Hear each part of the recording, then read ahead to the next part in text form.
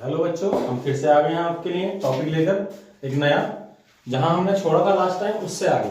ठीक है, last time हमने यूनिट ऑफ कंसंट्रेशन के बारे में किया था और उसके बाद उसके न्यूमेरिकल किए थे, उसके जो बेस थे। अब हम बात करेंगे उसका जो नेक्स्ट टॉपिक है आपकी एनसीईआरटी में, वो है सॉल्युबिलिटी। देखो, सॉल्युबिलिटी का अगर मैं हिंदी में नहीं बताऊं तो सॉल्युबिलिटी का मतलब होता है घुलना, किसी चीज का घुलना। हम यहाँ बाइनरी सॉल्यूशन की बात कर रहे हैं तो दो ही चीजें घुलेंगी यहाँ पे, सॉल्यूट एंड सॉल्वेंट। अब यहां पे हम ये बात कर रहे हैं कि सॉल्युबिलिटी होती क्या है, सॉल्युबिलिटी की डेफिनेशन क्या है। तो सॉल्युबिलिटी की डेफिनेशन ये कहती है कि when a solute is dissolve in a solvent eight its maximum amount of concentration. जब कोई सॉल्यूट एक मैक्सिमम अमाउंट तक किसी सॉल्वेंट में घुलता है तो वो उसकी सॉल्युबिलिटी को एक्सटेंड करता है, कैलकुलेट करता है। अब यहाँ पे सॉल्युबिलिटी की बात हो रही है तो सॉल्युबिलिटी, सबसे पहले सॉल्युबिलिटी जो आपके सिलेबस में है वो है solubility of a solid in a liquid. इसका सबसे अच्छा दिमाग में अगर एग्जांपल याद कर रहा है solubility of solid in a liquid का, तो याद कर low sugar dissolve in water. चीनी जो है पानी में घुलती है, अब ये याद कर लो। लेकिन ऐसा नहीं है कि चीनी हर चीज में घुल जाएगी, हर चीज में चीनी नहीं घुल पाएगी। चीनी का मतलब शुगर नहीं घुल पाएगी। जैसे मैं आपको एग्जांपल देता हूं कि every solid does not dissolve in a every liquid. Her solid her liquid में नहीं घुल सकता। क्यों? इसका कारण है, जैसे मैंने यहां पे लिख रखा है कि NaCl and sugar dissolve in water, ये आसानी से वाटर में घुलता है, but naphthalene and anthracene does not. Naphthalene और एंथ्रेसिन नहीं घुलते हैं।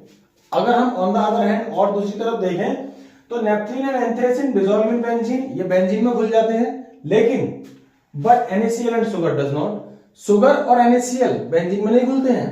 ठीक है, इसका मतलब ये हुआ कि हर लिक्विड, हर सॉल्यूट, सॉलिड सॉल्यूट जो है हर लिक्विड में नहीं घुल सकता।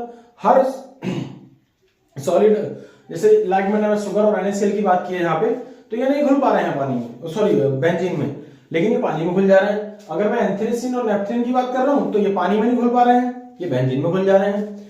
अब यहाँ पे आप ध्यान से देखिए, तो इसका मतलब ये हुआ कि लाइक डिसॉल्व लाइक, जो जैसा होता है वो वैसे में घुलता है। Polar solute dissolve in polar solvent, non polar solute dissolve in non polar solvent, polar solute dissolve in polar solvent and non polar solute dissolve in non polar solvent, like dissolve like. जैसा कि आपने classes में भी देखा है, जो जैसा होता है वो वैसे में घुलता है। जैसा दोस्त बनाएगा, इंटेलिजेंट दोस्त तो इंटेलिजेंट में घुलेगा, और थोड़ा कमजोर, वीक थोड़ा पढ़ लेगा तो उसमें घुलेगा, थोड़ा नॉटी स्टूडेंट होगा तो वो नॉटी में जाएगा। ठीक है, तो ऐसे ही होता है अपनी रियल लाइफ में भी, कि जो जैसा होता है वो वैसे में ही घुलता है।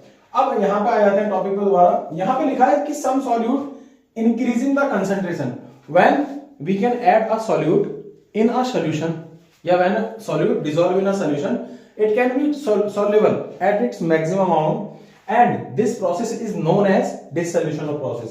जब किसी सॉल्यूशन को हम किसी सॉल्वेंट में घोलते हैं, लिक्विड सॉल्वेंट में घोलते हैं सॉल्यूट को, सॉल्यूट जो सॉलिड सॉल्यूट है उसको हम लिक्विड में घोलते हैं, तो घुलते हुए क्या होता है कि उसके कंसंट्रेशन को बढ़ा देता है, नंबर ऑफ आयंस को बढ़ा देता है। तो इस प्रोसेस को हम बोलते हैं बेटा डिसोल्यूशन। क्या बोलते हैं? डिसोल्यूशन। अब उसके बाद क्या होता है कि जब सॉलिड सॉल्यूट हम घोल रहे हैं तो एक टाइम पे क्या होगा ना, फिजिकल चेंज करते हैं उसमें, कोई टेम्परेचर कम बढ़ा दें या प्रेशर बढ़ा दें, तो फिजिकल चेंज करने के बाद तो solid solute gate separated out of the solution, कुछ बाहर निकल जाते हैं, सेपरेट हो जाते हैं। सेपरेट होने के बाद जो प्रोसेस कहलाती है, उस प्रोसेस को हम बोलते हैं बेटा आपका क्रिस्टलाइजेशन। क्या बोलते हैं? Crystallization. When a solute dissolve at its maximum amount and it can be get separated out in the presence of any physical change like temperature and pressure, it is known as crystallization process. उसके बाद अब solute घुलता जा रहा है, घुलता जा रहा है, घुलता जा रहा है, घुलता जा रहा है। एक पॉइंट ऐसा आएगा जब सॉल्यूट का कंसंट्रेशन सॉल्वेंट के कंसंट्रेशन के बराबर हो जाएगा, वो इक्विलिब्रियम स्टेट कहलाती है। जब सॉल्यूट और सॉल्वेंट सॉल्यूशन के इक्विलिब्रियम स्टेट में जाएंगे। जब कोई सॉल्यूट एक दिए हुए टेम्परेचर पे या रूम टेम्परेचर पे घुलना बंद होता है तो उसको हम उस सॉल्यूशन को हम कहते हैं saturated solution. If we change the physical change like temperature pressure, तो उस टाइम पे क्या होता है बेटा, आपका जो सॉल्यूशन है या जो सॉल्यूशन बनता है वो कहलाता है अनसैचुरेटेड सॉल्यूशन। अब यहां पे क्या होता है, आपने देखा होगा कि एक होती है एंडोथर्मिक रिएक्शन, एक होती है एक्सोथर्मिक रिएक्शन। एंडो का मतलब होता है हीट दो और एक्सो का मतलब होता है हीट रिलीज होती है। जब क्या होता है कि जब हम किसी का लाइक टेम्परेचर बढ़ा रहे हैं, आपने देखा शुगर जब हम पानी में डिसॉल्व करते हैं तो वो एक मैक्सिमम अमाउंट तक खुलती है, लेकिन जब हम उसे गैस स्टोव पे रखते हैं, मान लो एक तो नॉर्मली हम बोल रहे हैं गैस स्टोव पे रख रहे हैं, गैस स्टोव पर रखने के बाद एक टाइम ऐसा आएगा जब शुगर और घुलेगी और घुलेगी और घुलेगी, लेकिन कुछ समय के बाद एट दिए गए टेम्परेचर प्रेशर पे भी वो घुलना बंद हो जाएगी। तो हम ये बोलते हैं इस टाइम पे कि भाई इस टाइम पे सॉल्यूट जो है डिसॉल्व नहीं हो सकता, क्योंकि उसका कंसेंट्रेशन इतना ज्यादा इंक्रीज हो चुका है। तो टेम्परेचर का इफेक्ट तो होता है सॉल्युबिलिटी पे, लेकिन प्रेशर का कोई ज्यादा इफेक्ट नहीं होता है। ठीक है, उसके बाद जो हेडिंग है बेटा आपकी, उसके बाद हेडिंग है आपकी नेक्स्ट हेडिंग जो है, उस हेडिंग की अगर हम बात करें वो इंपॉर्टेंट ज्यादा है। वो इंपॉर्टेंट जो हेडिंग है आपकी वो ज्यादा इंपॉर्टेंट हेडिंग है।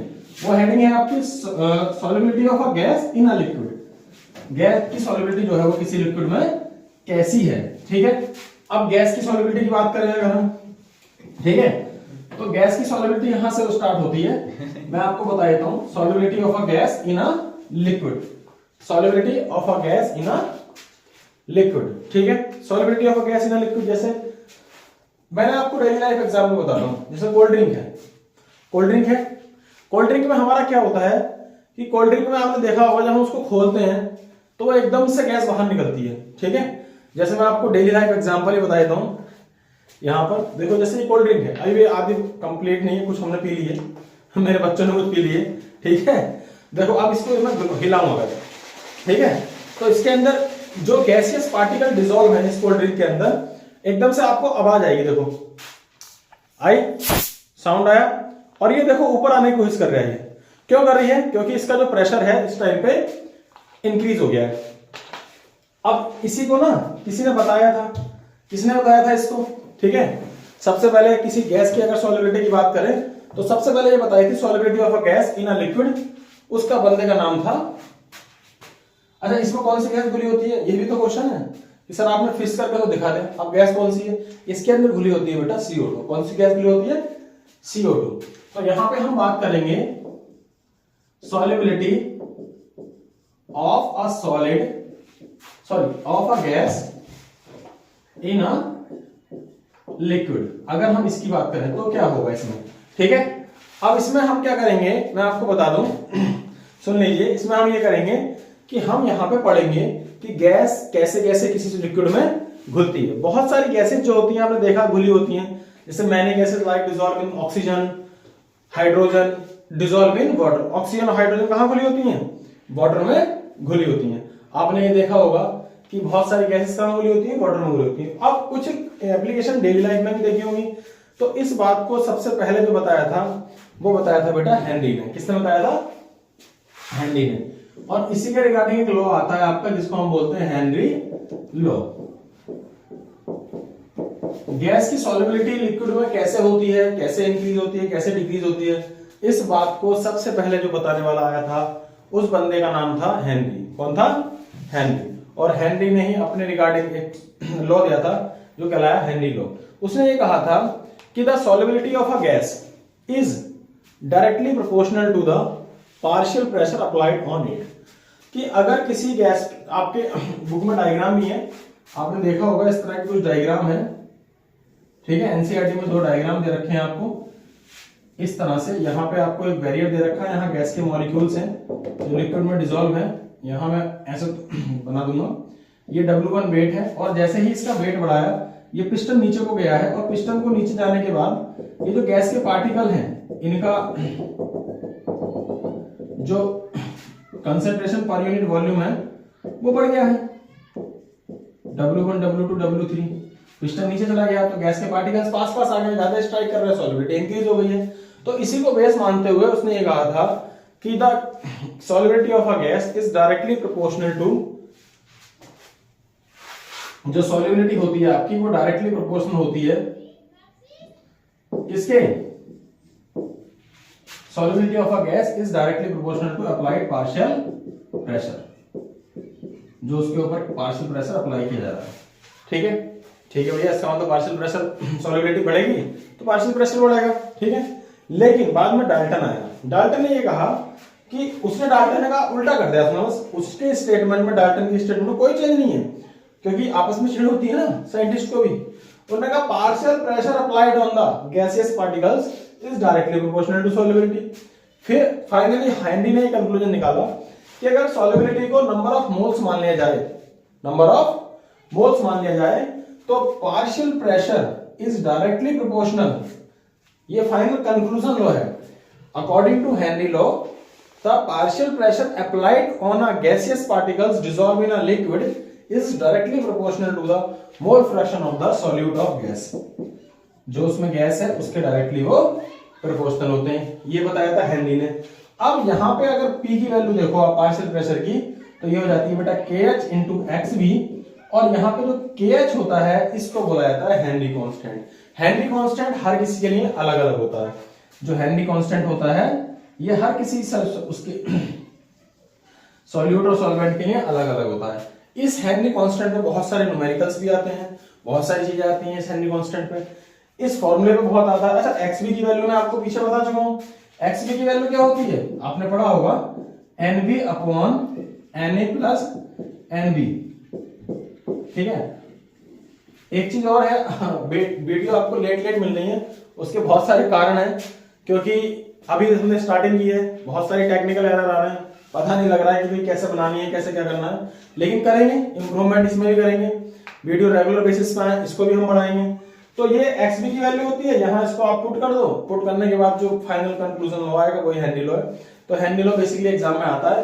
अब एग्जाम में यहां से एक क्वेश्चन और आता है कि भाई आपने प्रेशर का तो बता दिया कि प्रेशर का क्या इफेक्ट पड़ता है, ठीक है, सॉल्युबिलिटी के ऊपर। आप ये बताओ टेम्परेचर का क्या इफेक्ट पड़ता है।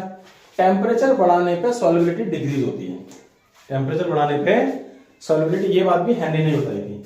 उसने ये कहा था कि किसी भी गैस की सॉल्युबिलिटी लिक्विड में टेम्परेचर बढ़ाने पे डिक्रीज होती है। ठीक है भाई, टेम्परेचर बढ़ाना क्या होगी, डिक्रीज होगी। ये बात भी एक कंक्लूजन में आई निकल के हेनरी के। ठीक है, हेनरी के कंक्लूजन में ये बताया गया कि सॉल्युबिलिटी जो है वो टेम्परेचर बढ़ाने पे क्या होती है, डिक्रीज होती है। जैसे जैसे टेम्परेचर आप इंक्रीज करते जाओगे वैसे वैसे सॉल्युबिलिटी डिक्रीज होती जाएगी। आपने देखा होगा अगर हम इस कोल्ड ड्रिंक की बात करें, जितना ज्यादा ठंडा होगी और जितना ज्यादा पैक्ड होगी उतनी ज्यादा ही इसकी गैस होगी, लेकिन जैसे गर्म हो जाती है तो इसके अंदर गैसेस जो पार्टिकल्स होते हैं वो इतना अच्छे से रिएक्ट नहीं कर पाते जितना ठंडी कोल्ड ड्रिंक कर पाती। और इसका एक एग्जांपल बता सकता हूं मैं आपको। आपने देखा होगा जब आप नैनीताल जाते हो, नैनीताल आसपास ही हमारे, ठीक है, हम जहां हैं नैनीताल वहीं है, तो नैनीताल में हम जाते हैं तो मछलियां ऊपर ही होती हैं। हम देखते हैं मछलियां ऊपर ही होती हैं, जब हम नाव में बैठते हैं उससे देखते हैं तो मछलियां हमें आसानी से दिख जाती हैं। नदी के किनारे खड़े होकर देखते हैं नैनी लेक के पास तो मछलियां तब भी हमें दिख जाती हैं, लेकिन वो मछलियां ऊपर क्यों हैं? और अगर हम यहीं आसपास और जाएंगे और किसी तालाब में देखें तो मछलियां डाउन में होती है। ये तो हम ऑब्जर्व कर सकते हैं, देख सकते हैं। ऐसा क्यों हो रहा है? ऐसा बेटा इसलिए होता है कि नैनीताल में ठंडा इलाका है, नैनी झील जो है वो ठंडी झील है, एक ठंडे इलाके में है, ठंडी झील है, तो ऑक्सीजन की सॉल्युबिलिटी जो है ना वो आसानी से बिल्कुल मेंटेन है ऊपर भी, तो आसानी से मछलियां सांस ले सकती हैं। लेकिन जब हम जाते हैं किसी गर्म इलाके में तो वहां का टेम्परेचर हाई होता है, और टेम्परेचर हाई होने से ऑक्सीजन की जो सॉल्युबिलिटी है वो कम हो जाती है, और ऑक्सीजन की सॉल्युबिलिटी कम हो जाती है, इसलिए जो मछलियां होती हैं वो जितना ज्यादा गहरा हो सके नीचे चली जाती हैं, नीचे। ठीक है, और किसी लेक में देख सकते हो जहां पे गर्मी ज्यादा हो वहां मछलियां उसके नीचे रहती हैं लेक के। क्यों? क्योंकि वहां का टेम्परेचर कम होता जाता है नीचे। जैसे जैसे हम गहराई में जाते हैं वाटर के अंदर, टेम्परेचर डिक्रीज होता जाता है, टेम्परेचर डिक्रीज होता है तो सॉल्युबिलिटी बढ़ती है। तो क्वेश्चन भी बोर्ड में आपके ये आता है कि why aquatic animal are more comfortable in cold water rather than hot water. तो इसका आंसर सिंपल है कि according to Henry law, when temperature increase solubility decrease, that's why aquatic animal are more comfortable in cold water not hot water। ठीक है, यहां तक हम बात कर चुके हैं aquatic animal की। अब कुछ एप्लीकेशन हेनरी लॉ की हैं। हेनरी लॉ की एप्लीकेशन क्या क्या है देखिए आप ध्यान से। हेनरी लॉ एप्लीकेशन, अगर हम एप्लीकेशन की बात करें हेनरी लॉ की तो बड़ी आसान है एप्लीकेशन, बहुत ही ज्यादा आसान है। क्या एप्लीकेशन है? पहली एप्लीकेशन, अगर हम फर्स्ट एप्लीकेशन की बात करें तो टू इंक्रीज द प्रेशर, जब हम इंक्रीज प्रेशर करते हैं, आपने देखा होगा, मैंने अभी आपको एग्जांपल दिखाया, जो देखते हैं ना वो ऐसे करके बियर की बोतल खोल देते हैं। क्यों खोल देते हैं बियर की बोतल पता है? क्योंकि उसके अंदर कोई गैस डिसॉल्व है जो हाईली प्रेशर पर पैक की गई है। जब वो प्रेशर रिलीज करती है तो एकदम से जो लिक्विड के पार्टिकल्स होते हैं वो बाहर आने की कोशिश करते हैं थ्रू गैस। ठीक है, तो पहला तो ये हो गया कि when we packed CO2 in cold drinks and soft drink dissolve in the water, पहला। दूसरा है कि एक्वेटिक, देखा होगा आपने, जो अंदर जाते हैं पानी के उनको क्या बोलते हैं? तैराक। हिंदी में तो तैराकी बोलते हैं, इंग्लिश में क्या बोलते हैं उसको? इंग्लिश में मेरा नाम स्लिप हो रहा है, स्कूबा डाइवर्स। क्या बोलते हैं? स्कूबा डाइवर्स, ठीक है, ओके। स्कूबा डाइवर्स क्या होते हैं? अच्छा, मेरे बच्चे बैठे मेरे पीछे, इसलिए मुझे हंसी आ रही है उनको देख के, ठीक है। ये मत सोचना आपकी हंसी क्यों आ रही है, सर को पता नहीं बीच में आज क्या हो गया, ठीक है। बच्चे बैठे हैं पीछे, वो भी पढ़ रहे हैं ना बैठ के यहाँ पे, ठीक है, कि सर इसलिए हंस रहे हैं पता नहीं क्यों। तो स्कूबा डाइवर जो होते हैं, जब वो पानी के अंदर जाते हैं ना बेटा, तो पानी के अंदर जाने पे उनकी जो ऑक्सीजन की टेंडेंसी होती है वो घटती जाती है, तो उनकी बॉडी में ना सांस लेने की टेंडेंसी कम हो जाती है स्कूबा डाइवर्स की। और स्कूबा डाइवर्स सांस लेने की टेंडेंसी कम हो जाती है तो ऑक्सीजन भारी हो जाती है, तो इसलिए वो अपने साथ क्या ले जाते हैं? सिलेंडर्स ले जाते हैं। क्या ले जाते हैं? सिलेंडर। अब होता क्या है ना, मैं आपको बताऊं, स्कूबा डाइवर्स क्या करते हैं, पानी में गए, पानी में जाने के बाद ब्लड में ऑक्सीजन की कमी होती गई, ऑक्सीजन की कमी होती गई तो धीरे धीरे क्या बनते गए? बैंड बनते गए, बैंड। उस बैंड से बचने के लिए, उस हार्ट की प्रॉब्लम से बचने के लिए स्कूबा डाइवर जो होते हैं कुछ हल्की गैसों को ऑक्सीजन में मिला के ले जाते हैं। अब एट हाई एल्टीट्यूड, आपने देखा होगा, हाई एल्टीट्यूड मतलब जब ऊपर जाते हैं, जैसे जैसे ऊपर जाते जाते हैं, तो हाई एल्टीट्यूड पे आपने देखा होगा कि पर्वतारोही बोलते हैं हिंदी में तो, ठीक है, या माउंटेन क्लाइंबर्स अपने साथ कुछ सिलेंडर लेके जाते हैं। क्यों लेके आते हैं सिलेंडर? उसका एक बेसिक रीजन है कि पार्शियल प्रेशर जो होता है ना बेटा, जैसे ऊपर जाएंगे तो डिक्रीज हो जाएगा, ऑक्सीजन की वो हो जाएगी, कम हो जाएगी, ऑक्सीजन की क्या हो जाएगी? कमी हो जाएगी। जैसे ही ऑक्सीजन की कमी होगी तो उनको क्या लेने, सांस लेने में दिक्कत आने लग जाएगी, तो उसने सोचने और समझने की क्षमता कम होती रहती है। वो प्रेशर का ही कारण है, क्योंकि ब्लड में सॉल्युबिलिटी डिक्रीज हो जाती है ना, तो जैसे ही प्रेशर कम होगा और ऊपर जाके जब उनकी सोचने समझने की क्षमता कम हो जाएगी, इस बीमारी को एनोक्सिया बोलते हैं। और धीरे धीरे इस एनोक्सिया से बचने के लिए कुछ लोग क्या करते हैं, अपने साथ भारी भारी सिलेंडर ले जाते हैं जिसमें हीलियम गैस या कोई हल्की गैस मिली होती है उसमें, ठीक है।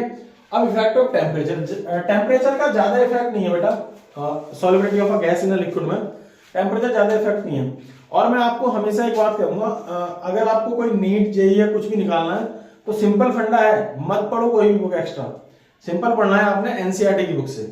एनसीईआरटी की बुक आपको अच्छे से आनी चाहिए, क्योंकि एनसीईआरटी बहुत सारे विशेषज्ञों ने बनाई है, ऐसा नहीं है कि ऐसी बन के एनसीईआरटी आ गई है। एनसीईआरटी को बनाने वाले बहुत एक्सपर्ट लोग होते हैं, ठीक है, आईएएस पीसीएस अधिकारी लोग होते हैं, अधिकारी रैंक के लोग होते हैं। ये एनसीईआरटी ऐसी नहीं बनाई गई है, बहुत सारे कैबिनेट सेक्रेटरी बैठते हैं, उसके बाद एनसीईआरटी पर डिस्कशन हुआ होगा, ठीक है, बहुत सारे आयोग आए हैं इस एनसीईआरटी को बनाने के लिए।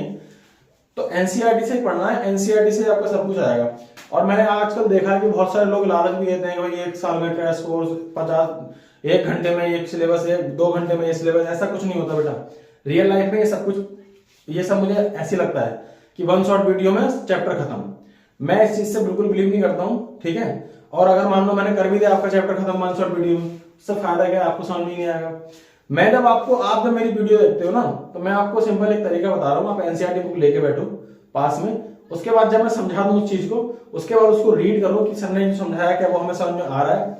और जैसे आप रीड करोगे तो आपको डेफिनेटली चैप्टर समझ में आएगा। और घबराना नहीं है, कॉन्फिडेंस रहना है, कॉन्फिडेंस रखोगे और तो अच्छे नंबर आ जाएंगे। अच्छे नंबर मतलब अच्छे से पास हो जाओगे, नॉलेज भी अच्छी रहेगी।